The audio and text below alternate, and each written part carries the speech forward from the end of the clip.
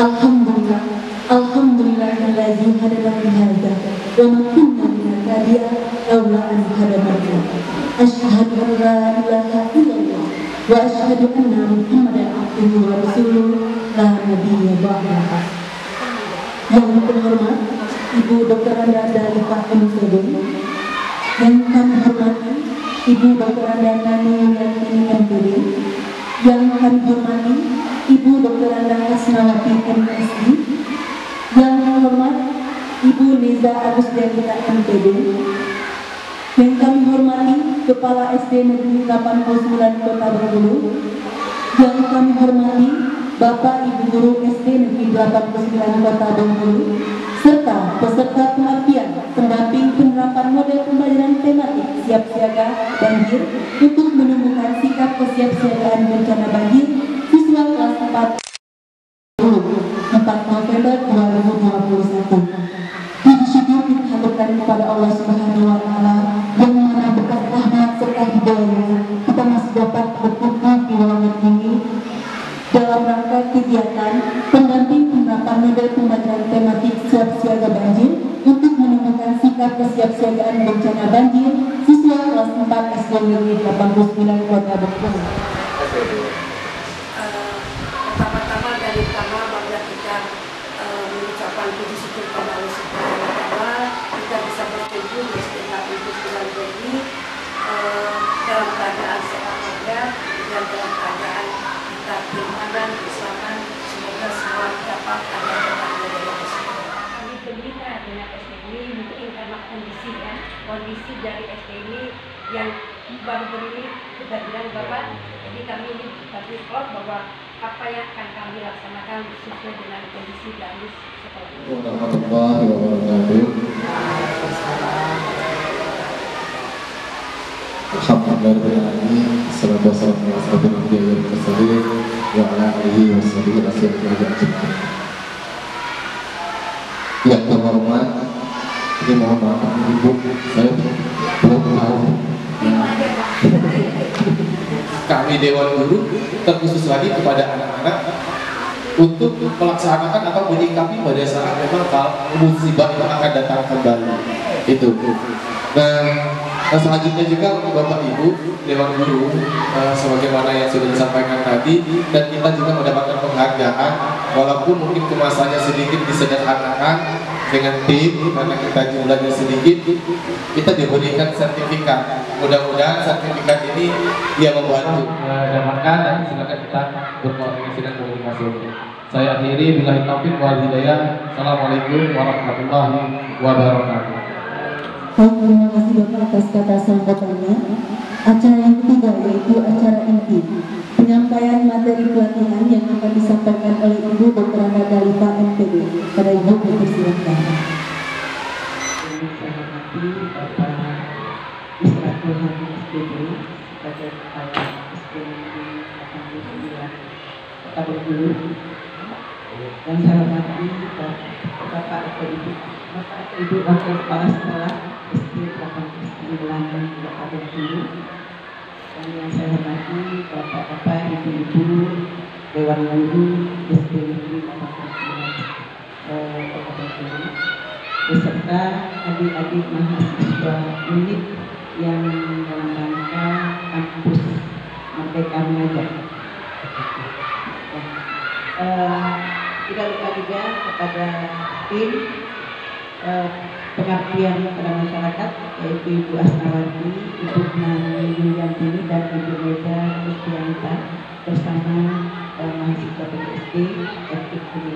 Pengabdian yang ini adalah lanjutan dari penelitian kami tahun yang lalu. Kami melakukan penelitian beberapa sekolah yang berada di daerah aliran sungai, termasuk salah satunya SD 18 Bulan. Jadi untuk pengabdian kami ambil SD Negeri 89 karena SD Negeri 89 ini yang paling parah di antara SD yang kami ambil dalam penelitian kemarin itu. Nah, oleh sebab itu kami terima kasih banyak Bapak sudah memberikan kesempatan kepada kami untuk memakai SD ini sebagai tempat pengabdian kami. acara ini sudah diberitahukan oleh Ibu Nani tadi bahwa pertama pendampingan untuk menerapkan model pembelajaran tematik siap siaga banjir untuk menumbuhkan sikap kesiapsiagaan bencana banjir.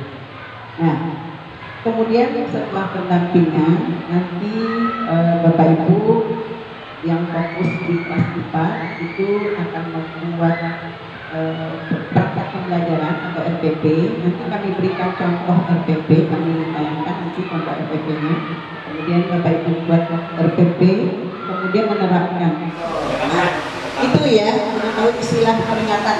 Ya mungkin karena kita belum mempunyai alat yang canggih, jadi tempat-tempat di luar negeri mungkin itu sudah ya. Tapi mudah-mudahan ke depannya pemerintah kita udah mikirkan hal-hal yang seperti itu, karena ini akan setiap saat akan dialami. Harusnya ada sirine dari hulu ini sudah besar misalnya, langsung sirine bunyi di sini gitu ya. Nah, tapi di sini sudah siap-siap sempat mengemasi benda-benda yang berharga dan mengamankan anak-anak, terutama anak-anak kelas rendah. Ya, kelas rendah dia ngulur lari kesana kesini modal mandir, taunya dia kecebur kan. Nah, kemudian bersiap. Nah, siapkan nomor-nomor penting. Ya, nomor-nomor telepon. Kalau bisa itu di papan tulis ini ada nomor telepon penting. Ya, dibuat nomor telepon penting apa saja. Nomor pemadam kebakaran misalnya, kemudian PB, ya. Kemudian kita lagi PLN yang perlu memutuskan kabelan listrik. Nanti kan kalau ada kabel yang buka, terendam air, kan terbentuk semua itu. Ya, jadi itu langsung nomor-nomor telepon penting itu. Ya. Kemudian periksa alur listrik atau padamkan untuk menghindari korsleting. Ya. Kemudian selalu mencari tahu informasi terkini mengenai banjir agar selalu siap saat banjir datang. Dan langkah apa lagi? Perhatikan lokasi-lokasi aman jika memang harus melakukan evakuasi dan mengungsi. Misalnya banjir tiba-tiba tanpa sepengetahuan kita sedang belajar. Nah, Bapak Ibu kan sudah tahu lokasi sini mana yang berbahaya, mana yang paling dalam. Di ujung sana itu kan ada cedukannya. Nah, anak-anak jangan disuruh lari ke situ misalnya. Dan anak karena panik dan sebagainya, makanya perlu sikap kesiapsiagaan itu. Nah, kalau terjadi banjir, anak-anak jangan mendekati area yang di sana. Itu area yang berbahaya karena dalam. Kemudian mata pelajarannya atau mapelnya bahasa Indonesia, KD-nya 3.2, mencermati keterhubungan antara gagasan yang didapat dari teks, lisan, tulis atau visual. Ya. Kemudian KD 4-nya menyajikan hasil pengamatan tentang keterhubungan antar gagasan ke dalam tulisan. Jadi ada pengetahuannya, ada keterampilannya. Ya. Mapel yang satu lagi ada 2 KD yang dimasukkan di sini yang bisa dimasukkan materi bisa dipakai model pembelajaran tematik siapsiagaan. KD yang kedua yaitu mengidentifikasi berbagai sumber energi, perubahan bentuk energi dan sumber energi. Ini IPA ya. Ada di IPA ini kan dituliskan lagi. Kita bahasa Indonesia ada atas. Ya. Ya, jadi mata pelajarannya ada bahasa Indonesia, ada IPA. Nah, IPA-nya itu KD 3.5 ya. Nah, kemudian lanjut kelas. Ada IPS ya. IPS-nya KD-nya tentang mengidentifikasi karakteristik ruang dan pemanfaatan sumber daya alam untuk kesejahteraan masyarakat dari tingkat kota, kabupaten sampai tingkat provinsi. Nah, kenapa sumber daya alam? Karena itu berkaitan dengan pengembangan hutan nantinya, ya kan? Nah, jadi janganlah menggunakan sumber daya alam dengan serakah. Nah, paling ke sana nanti sikapnya. Efeknya apa? Ya orang yang di hilir sungai yang akan mengalami bencana. Lanjutnya ada tujuan pembelajaran. Tujuan pembelajaran sama ya Bu ya, ada ABCD-nya, audience behavioral condition degree. Audiensnya siswa.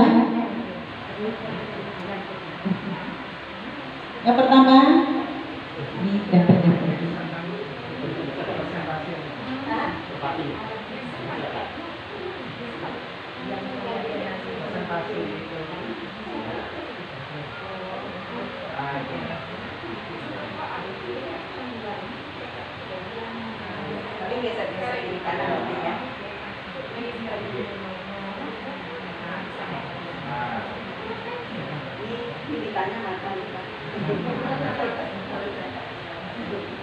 Jadi siswa dapat menemukan keterhubungan antar gagasan, ini bahasa Indonesia ya, yang didapat dari video.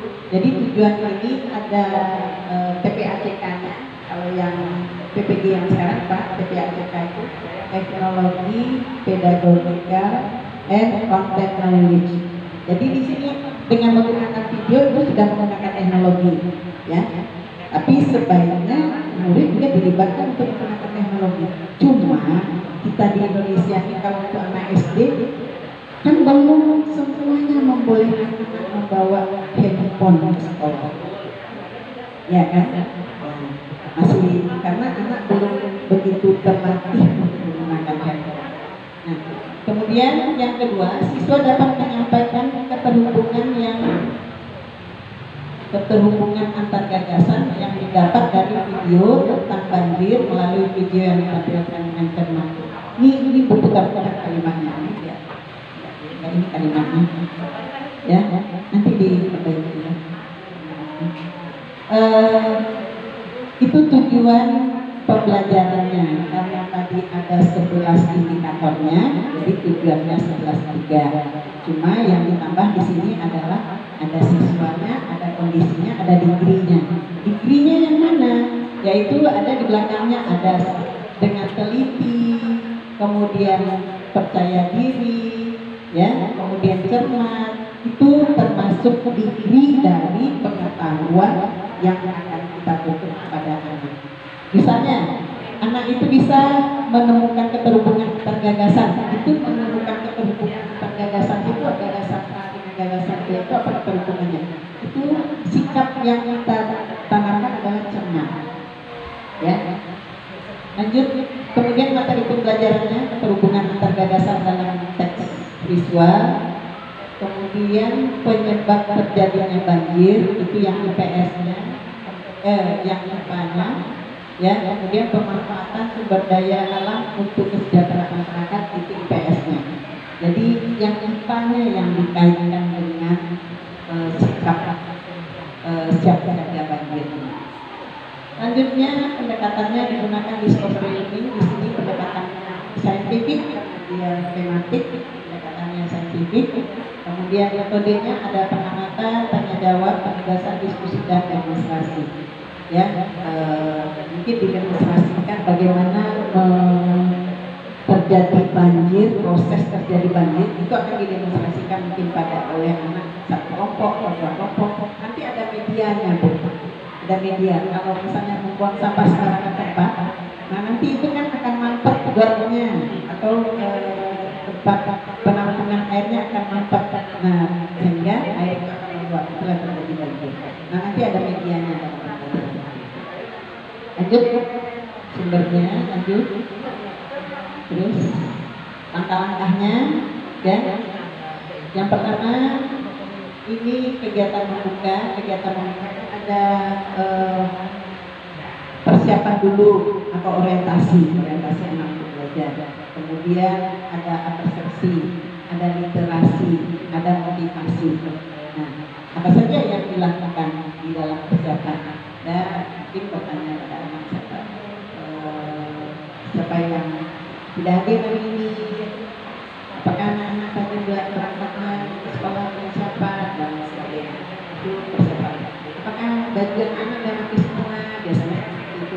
Kemudian kita melihat istilah tempat duduk, kalau tadi dulu.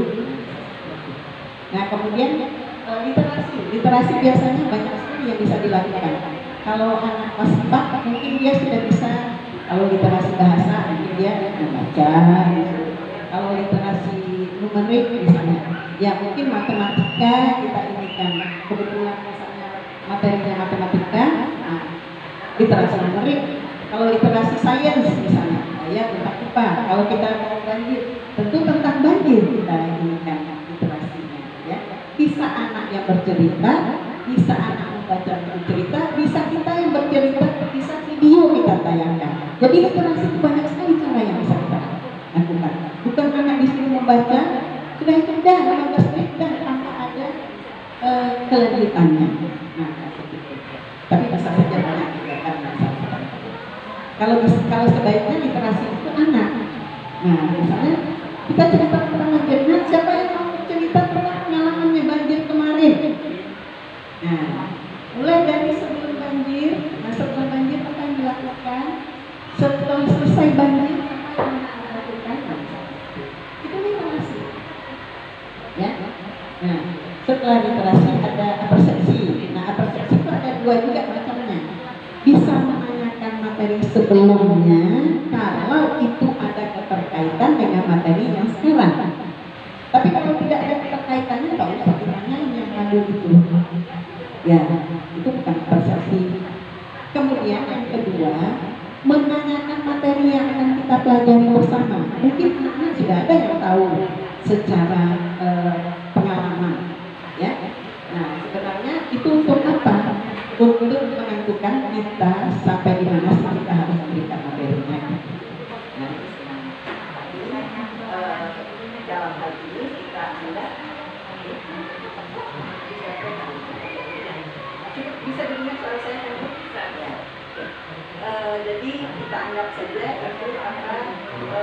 Anak sudah punya pengalaman, cuma belum tertata, belum terkonstruk konsep yang mereka miliki. Makanya kita perlu apresiasi.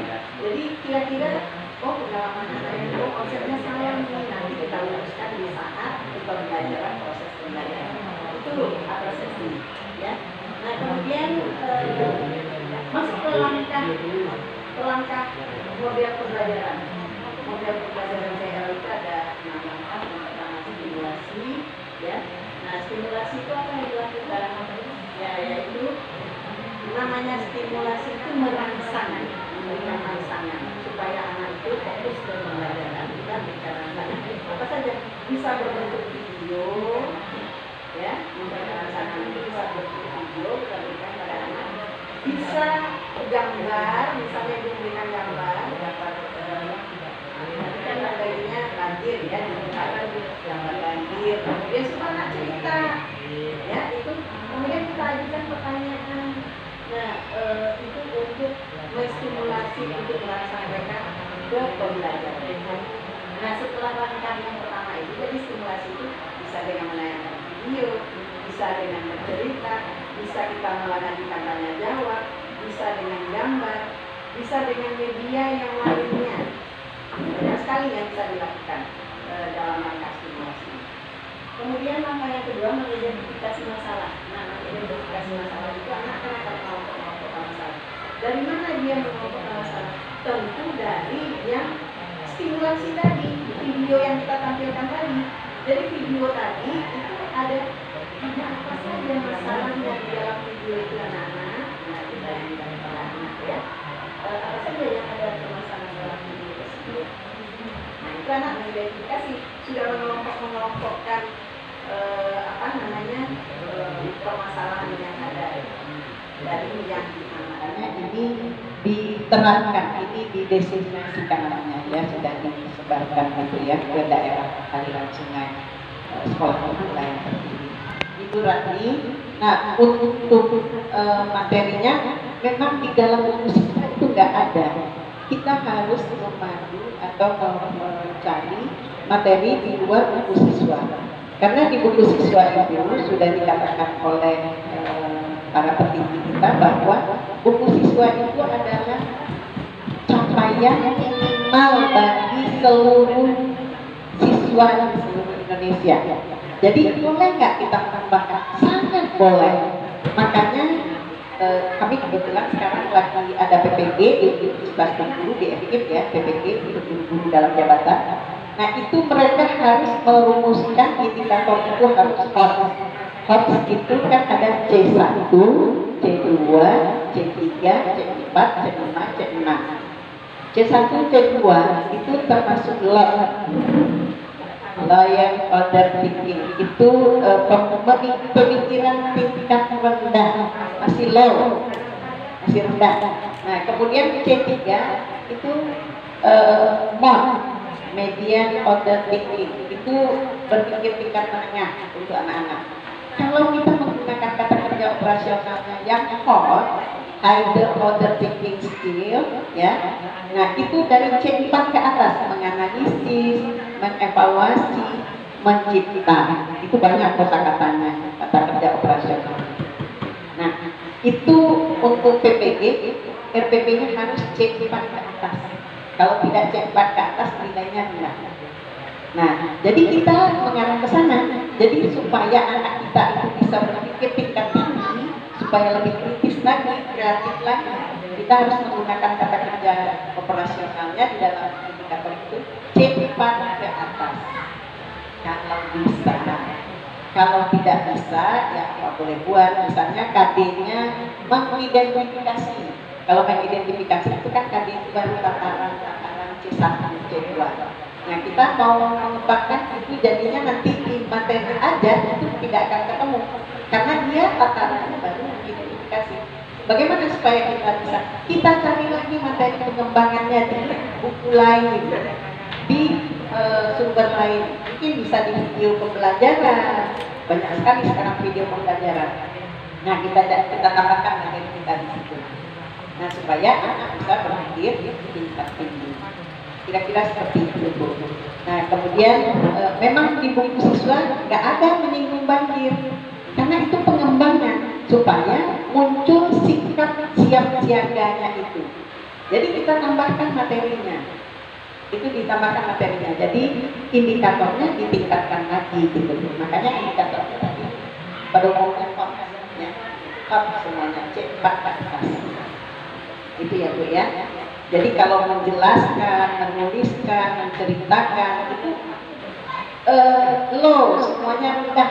Tanpa berpikir anak itu rendah, kita tuntut rendah. Ya, jadi tidak berpikir kritis, anak itu tidak berpikir tingkat tinggi. Jadi sekarang anak disuruh berpikir tingkat tinggi. Kenapa? Karena ke depan itu permasalahan hidup anak kita jauh lebih rumit daripada permasalahan hidup yang kita alami sekarang.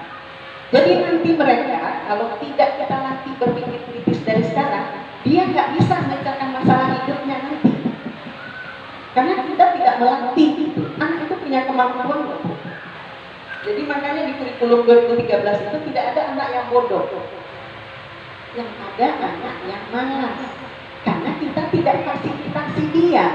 Karena kita selalu menyuapi dia dengan pisang berkupas, kemudian dikenyangkan, dan masukkan ke mulutnya, dijelaskan semua sama anak. Bukan anak disuruh mencari. Harusnya kita fasilitasi supaya anak bisa mencari. Misalnya kita fasilitasi buku, ayo nak dibaca. Nanti buat laporannya. Nah, ditulis satu paragraf ini, buat kesimpulannya. Setelah kamu baca, kamu tulis apa yang kamu baca, bahasamu. Nah, seperti itu kira-kira ya Bu Nani ya, kalau bahasa. Ya. Nah, kira-kira seperti itu. Oke Bu, masih ada pertanyaan? Ibu, ada yang mau ditanyakan Bapak? Atau adik-adik mahasiswa? Kampus Merdeka Belajar Mengajar ya. Kampus Merdeka Mengajar. Nah, Anda kan tidak ada belajar tentang ilmu pendidikan. Nah, boleh nanya, silakan.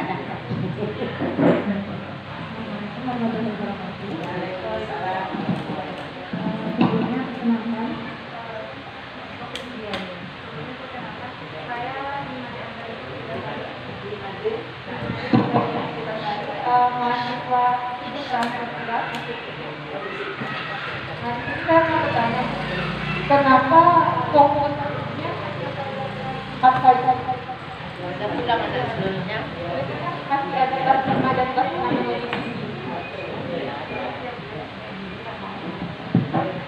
bagus sekali berbagai pertanyaannya. Kenapa bagusnya kelas 4 saja? Kenapa tidak kelas 5, kelas 6 atau kelas 1 sampai kelas 6 sekalian deh? Ya, itu nanti penelitiannya besar sekali. Tidak mencukupi dan memenuhi, ya. jadi ini bergantung dengan kapasitas, ya, kapasitas yang dimiliki oleh fasilitas yang disediakan oleh universitas. Jadi itu jawabannya, ya. Sangat diplomatis sekali kan jawabannya, karena orang fisipol jawabannya harus diplomatis. Ya. Ada lagi yang belum, silakan Ibu kalau mau bertanya. Kalau tidak, ya makan siang kita sudah datang, nanti kita makan bersama di sini juga.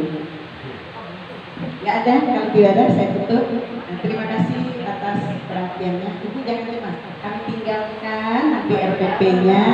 Ya, ini kan sudah diajarkan semester kemarin, tapi karena kita butuh video, Ibu ngajar lagi dengan materi ini. Gitu. Kalau Ibu mau, kalau nggak mau ada yang aras, ya. Nah Ibu ngamati aja. Oke, ya. Jadi kita tutup. Terima kasih atas perhatiannya. Kami banyak ucapkan terima kasih atas perhatian Bapak Ibu semuanya sudah memfasilitasi kami untuk melakukan pengabdian ini. Karena pengabdian ini merupakan kewajiban kami sebagai staf pengajar di perguruan tinggi. Ada akademik, ada pengabdian pada masyarakat, dan ada penelitian. 3 itu wajib kami lakukan. Jadi kalau kami tidak mengabdi, kami tidak akan bisa menerima. Kalau Ibu sertifikasi, kami juga sertifikasi. Nah, seperti itu. Jadi itu hal yang wajib dilakukan. Mudah-mudahan kerjasama kita ini bisa berlanjut. Ya, terima kasih. Mudah-mudahan Allah memberikan kesehatan kepada kita semua. Wabillahi taufiq wal hidayah. Assalamualaikum warahmatullahi wabarakatuh. Saya mohon maaf Bu kalau ada salah tingkah, salah pola dan lain sebagainya. Ya mungkin kami kurang sopan, datang kami kurang sopan. Ya karena kami sudah merasa dekat. Ya udah berkali-kali kami ke sini, rasanya rasa rumah sendiri. Nah itu salah rasa, ya salah rasa. Assalamualaikum. NPD atas penyampaian materi tentang pelatihan pengabdian. Berarti penerapan model pembelajaran tematik siap siaga banjir untuk menemukan sikap kesiapsiagaan bencana banjir siswa kelas 4 SD Negeri 89 Kota Bengkulu. Itulah tadi acara inti kita. Untuk acara terakhir yaitu penutup. Sebelum menutup acara ini, saya selaku pembawa acara, bila kurang saya mohon maaf, pada Allah Subhanahu wa Ta'ala saya mohon ampun. Wabillahi taufiq wal hidayah. Wassalamualaikum warahmatullahi wabarakatuh.